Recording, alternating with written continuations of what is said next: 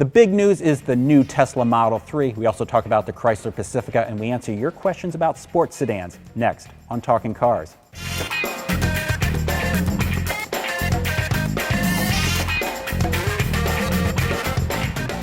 Hi, everybody. Welcome to Talking Cars with Consumer Reports. I'm Tom Mutchler. I'm Jake Fisher. I'm Gabe Shenhar. The big news in the automotive industry is the unveiling of the Tesla Model 3. I thought you were going to say the new Chrysler minivan. Well, that's right. For about $35,000, you can get Model 3 or a Pacifica. The Pacifica goes over 200 miles. It does. And it costs about $35,000. It sits 5 adults comfortably. It does. It has some screens in it. It does. And it will be available sometime in the future. Right. We're filming this the day after the unveil. And you watch it, it was like a revival meeting. It was, you don't see car debuts like that very often. So see, here's It's what like I a was... homecoming of the fan base. Yeah. Here's what I was most taken about. So you've got a situation where, the unveiling was last night. But before the unveiling, there were lines of thousands of people across the country ready to buy something that they have never seen. They don't know when they'd get it. You don't know what the final price is. You don't know what the final price is. I mean, that is amazing. They're putting down deposits. I mean, sure, we all seen like the pictures of people at the Apple store, right? But they know what phone it is. They know, oh, I'll get the model, the Apple 6S. I know information about it. But here you have no information about it, and people were putting down $1,000. Are you sure they were all for the Tesla Model 3 and not for the iPhone SE? Maybe they're confused. That's right. Like, oh, it's not an Man, Apple store? I hope an iPhone SE is not $1,000. Well, there's that. It's really pretty amazing. Again, it's like a Kickstarter for a car company. Right. So, I mean, I have a friend of mine who was one of those on the line, and I'm like, you realize you don't know what this is? And she's like, yeah, I know. I'm like, you realize you don't know when you would get it? Well, yeah, I know that. And she's like, well, worst situation is I've loaned a car company $1,000 for a little bit. I could get the money back. I mean, but. Is she in the financing business? She is now. She is now. I don't see that many people being willing to do that with like Fiat Chrysler or a or normal car company. Well, I can actually get the real analog car, which is the Bolt. So Chevy, and honestly, here's part of me. I feel really bad for the Chevy engineers. I really feel bad for Chevy because they also have a car that goes about 200 miles. They also have a car that's full electric. They also have a car that's about $35,000. Yeah, and but they are going to beat them. They're going to beat them to market. Yes. And there's not going to be lines around the block. But you're not going to compare the Chevy Bolt with the sex appeal of the Tesla. I mean, the whole mystique of the Tesla brand. And that speaks to the attraction of the whole Tesla kind of state of mind. Okay, let's get past the mystique because it's what we do. What do we know about the Model 3, which isn't we don't know a ton. Well, we don't honestly. know a whole lot. I mean, it looks like it's about like a 60% model of the Model S, kind of has similar proportions, and I mean, it looks pretty slick. But we know it's going to do 215 miles of range. We know it's going to cost $35,000 to begin with. And that's pretty much it. And we know it's not going to be out until like well into 2018 in any significant volumes. Right. No, even Musk was, when he said the end of 2017, was laughing quite a bit because they've had troubles with that in the past. We know it has a giant screen inside. It didn't look like the interior was completely finished. Yeah, it didn't. It looks like a large screen TV right in the center and nothing else. Well, so the question is, I don't think there really was a whole lot of answers to the question, but $35,000 is a pretty attractive price when, most of the Teslas have been rolling out the door, around 90 or more. Right. But $35,000, what does that get you? So he did make a big point of saying $35,000 would get you the 215 miles range. It would get you quick acceleration. Yeah, acceleration, 6 seconds or less. So it wasn't like 35,000 was like some kind of penalty box, but it is unclear what you get. Do you get that big screen in the $35,000 one? I don't know. He did say that you get all the technology. You get the safety Autopilot. technology. You get the safety technology. You don't get the autopilot. Oh, okay. So what you get is you get the hardware that enables it. Exactly, which is the same brand strategy what they're doing in terms of the Model S too. So everyone gets the sensors, but to enable it to actually drive it by itself or whatever it's going to be doing in 2018, right? Yeah, that's true. That is an extra fee. And we know there will be a dual mode version with all-wheel drive. But beyond that, don't know a whole bunch. Beyond that, you don't know a whole bunch. I don't even know if it's a sedan or a hatchback. Yeah, I was trying to look at Well, the no, cut lines. It looked like a sedan. It's it a does. sedan, and I'll tell you why. Because the rear glass Is one goes piece, all the way yeah. up to above the rear passengers. So it basically goes all the way to the B pillar. It goes to right where the sunroof ends. So it would be impossible to lift that whole thing up, which is my guess here. But I know, I haven't seen any pictures of opening up the trunk, Right. because it is pretty weird with this big, giant glass in the rear. I was a little surprised they went that way. I actually was expecting that they would do the big glass from the front. There's actually a couple of European car makers have done this, where the windshield extends over the driver's head to give you a really unobstructed view going up. They went the other way, which creates a problem probably for the rear passengers getting really hot back there. They say it's solar glass, but who knows? We'll see. I was hoping it was a hatchback just to help continue the reinsurgence of hatchbacks. I know. The ultimate logical body style next to station wagons and minivans. Yes. To make hatchbacks cool again, but not so much. I was hoping to, but I mean, again, this cool factor, I mean, obviously they weren't going to make it like a box, No. and they couldn't, it doesn't look anything like the Bolt. No. And No. The Bolt may do everything it does from a company that we know is going to probably be around for a long time, Chevrolet, which has lots of dealerships, but no, you can't. And sink a whole bunch of money into the Gigafactory. Yeah, I mean, that Gigafactory is Giant, enormous. Giant Yeah. factory. Yeah, exactly. Lots of lithium. A lot of, all All the lithium. it's all the lithium. So yeah, I mean, it's an incredibly. How many reservations are up? Less than 24 hours. Well, they after said that? so the number was at the time. So prior to actually showing the car and said here it is. Prior to that, there was 115,000 Cool. people reserved that. So do the math. That's 115 million dollars that Tesla gets to hold on to. But and clearly there's probably going to be more people making reservations. That's amazing for something people have not seen. Yeah. Yeah, for something that's at least $35,000 that no one's seen. Right. And I mean, although that factory had the capacity back, I believe, when GM owned it, of making 500,000 cars, they're not going to ramp up to super big production numbers immediately. Not immediately, no. So, We shall see. right. Let's talk about something that's very much More material, relevant very to much more here. people? Well, actually, I don't know, because minivans are a shrinking market segment, but Still large, though. it's still large, and Chrysler's making a go at it again. I mean, you have the company that was, this is debatable, I realize, the creator of the modern minivan. But over the last couple years, they've really kind of fallen behind. And it's a matter of corporate pride for Chrysler to get the Pacifica right. And we have an early Pacifica that we've driven. Yeah, absolutely. I mean, there's a lot of corporate pride about this, but you know what?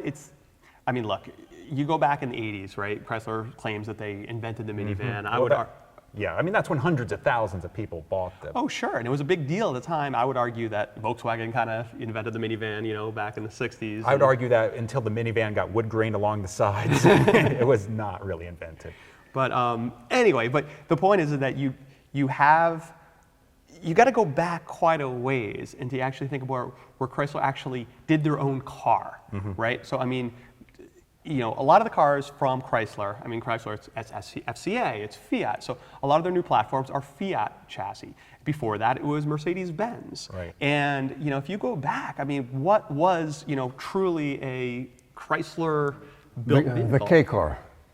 That's a long time ago. I mean, that's the early 80s. Well, the early minivan was based on that. Exactly. But anyway, probably the LH cars which is Right, Dodge Intrepid Intrepid and Chrysler 300. Eagle Vision and whatever. Eagle, Yeah. oh my goodness. Now you got to really go back there and That's time their machine. 93, I think, yeah. But I mean, look, they do trucks, right? The Ram, I still want to call it the Dodge Ram, the yes. Ram 1500, and that's a pretty nicely developed vehicle, right? They did Liberty Nitro, the second generation, which was SUVs. not a well-developed vehicle. No, true. But I mean, Yeah, you but look we're at, talking passenger front-wheel drive cars. but yes, let's start And that's talking what about this that. is, right. Yeah. Right, a vehicle that's like a car. You got to go back, and if you look at the Intrepid, I mean, okay, I don't know when the Intrepid came out. I think I was in high school or something like that. But it's like it was roomy. It was pretty. innovative at the time. It rode and handled Yeah. pretty decently for the Right. time. Competitive. You know, so this is kind of their chance again to say, okay, we're not going to go, you know, put a new body around this Fiat or Mercedes-Benz chassis. Here's what we can do. And it turns out that they built actually a really pretty nice minivan. Yeah, it's a pretty nice minivan. Yeah, I mean, it's quiet. The powertrain is pretty good. It's the first time that they really got close to getting the 9-speed automatic. I know, right. I drove it, it's like, I've driven this car 5 miles and I haven't sworn at it once. I'm like, oh, I guess the 9-speed's almost right. Yeah, well, I drove it like 200 miles. And Did you swear at it? No. All right, good. That means it's fixed. No, it's a good car, really well done. Yeah, you know, and totally actually, competitive. Something to understand is that making a good minivan is hard. I mean, minivans are totally unsexy, and they go to a population that's maybe doesn't, you know, they're value driven, they're practicality conscious. They don't understand how complex a minivan is. And this thing is a giant box with holes on 3 sides of it. Yeah. And you need to make it not twist. You need to make it quiet. You need to make it crash test well, which the old van didn't. It is hard to make a minivan. Yeah, big holes in the box always is going to compromise the integrity of any body. I mean, it's 2 side doors and a huge sunroof, but we talk a lot about value here, you know, and we talk about different markets, and there's different competition in different markets, right? And we talk about sometimes when we talk about the small luxury segment, you know, it's, you know, maybe not be a whole lot of value there. I mean, certainly some expensive sports cars, you get a Maserati Gran Turismo or something. I mean, there's not a whole lot of value there because what you're getting isn't really worth that money. When you look at minivans, you're getting a whole lot. Yes. And you're right, there's a lot of You're making development. way too much sense now. I know, this is crazy. All the Tesla people have they've signed shut off. off, yeah. But I mean, but I mean, yeah, it's not easy to make something like this that's that big, drive nicely, have the visibility, and there's a lot of innovation here. Yes, there is. So I mean, when it comes to like sedans or whatever, it's like everyone's kind of doing the same thing. Every time, and this is what Chrysler's known for, every time they come out with a new van, there's some innovation here, and there's more here. No, you go, I mean, look, the thing that's important in a minivan is really the interior. That is where a minivan earns its keep. There is a lot clever here. You can keep child seats installed in the 2nd row seat and still get back to, you can still fold it, pitch it forward and get back to the 3rd row seat. The stow and go has been improved. The stow and go has improved a lot. That they've made it easier. There's a button to slide the seat forward and then just one strap and the seat folds into the floor. Uconnect has always been great. You know, it's still here. The Uconnect theater system in the back, although more people just give their kids iPads. Yeah. It's clever. It has like old-timey games built in it that kids can play. It's kind of cool. I mean, it's almost like being... I like the license plate game. The license, yeah, so I mean, the theater, it's basically... I think it's anyone who's been on an airplane and you have that little thing in the back and some of the cars and they have, you know, and they have some games and no, it's not the greatest thing, but you could play a game and it keeps you occupied. They do that really well. It's almost like it's the same experience as if you're getting on a flight when you get into the back there. And it, like, the well, you said that it was like a private. You get a high-end one of these, it feels like a private jet, which minivans usually don't. You know, a Sienna or an Odyssey, even though they can sell for over 40 grand, they still have a bit of a hose-out feel to the interior. This is swankier than that. And the old, last generation of this thing, again, the Town and Country was kind of a rental car, something you got because you needed it, not because you wanted it. And just on the license plate game, and they have these games that are driving games. It wasn't like, oh, we'll just, jam in a Android device and have, Angry Birds here. They had the license plate game, which is like, oh, you could play against each other, and if somebody sees a license plate from a different state, and you do that, and they have bingo, finding things on the roadside. There's a lot of neat. I was hoping there would be Punch Buggy, which is Slug Bug in other markets. Back to the Volkswagen again. It's always about the Volkswagen. Well, let's Volkswagen has a Bernie sticker on it probably by now, right? Right. I don't know about this. Let's get back to cold, harsh, evil reality. Okay, this is a very clean sheet product from Chrysler, whose reliability has not been good recently. Right.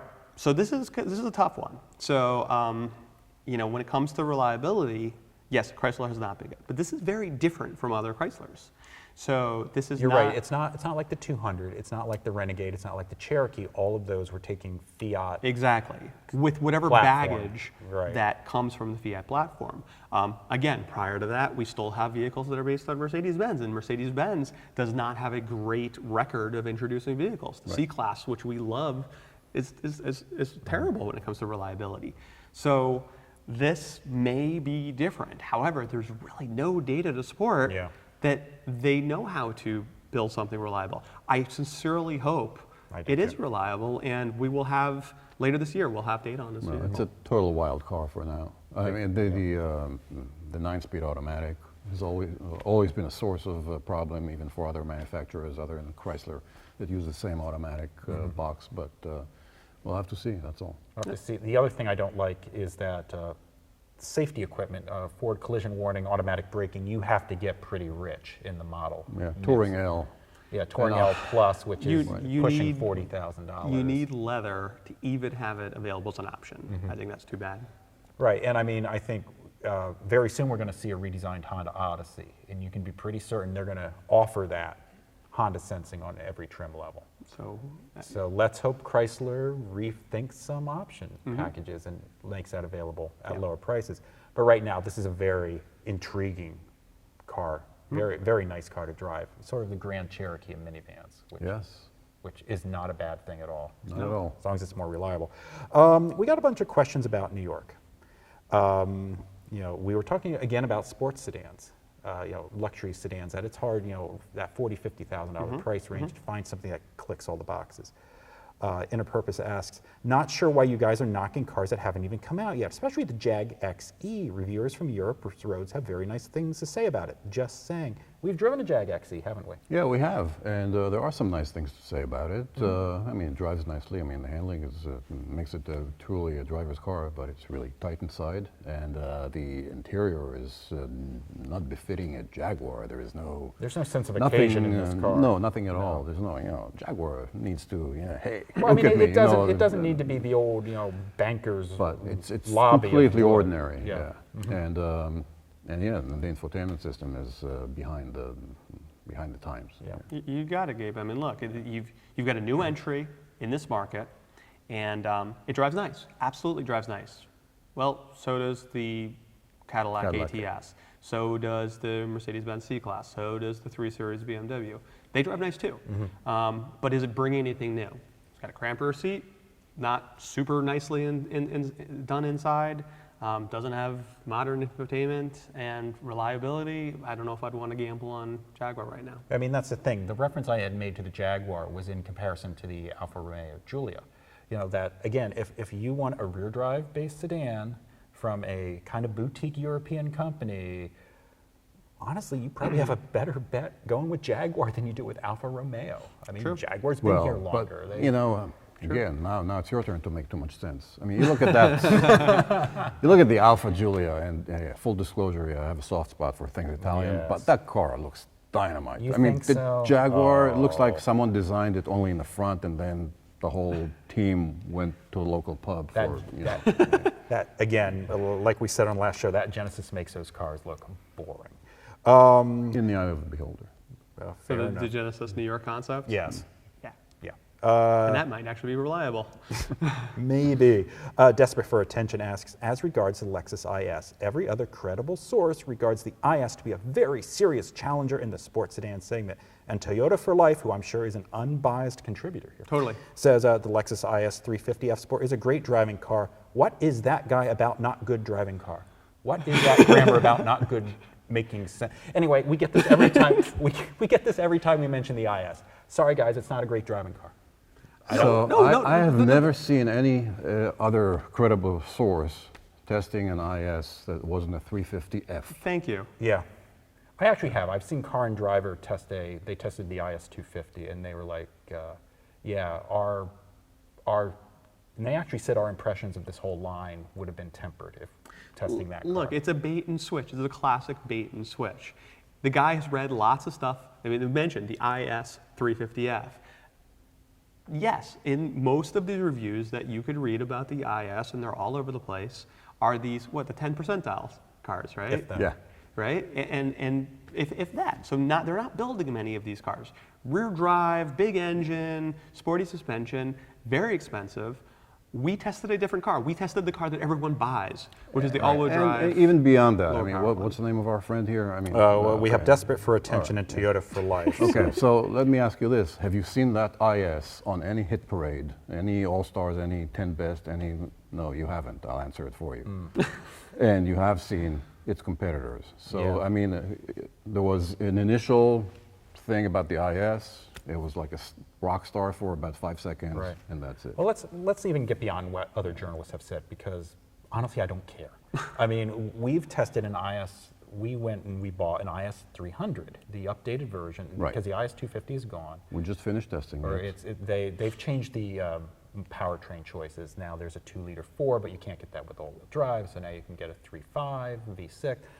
It's still not a great driving car. It's surprisingly inefficient. They stick you with a 6-speed automatic if you get all-wheel drive instead of the 8-speed that everyone else has.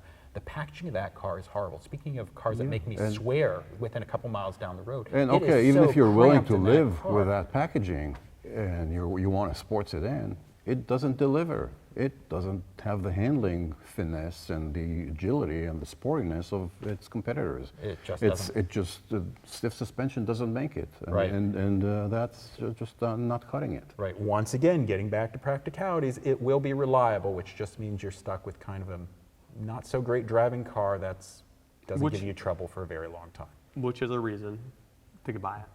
Well, for If Yeah, you some- need to have a car in that segment and you want something very reliable, that could trump everything. But we're could, just but- calling it as it is. yeah, it's kind of sad that. Andrew Price says, you keep saying there's a hole in the market with regards to reliable, easy to use, and fun to drive luxury vehicles. Consumer Reports released their updated 2016 car data a few weeks ago, and they found Audi was overall the best brand of any automaker.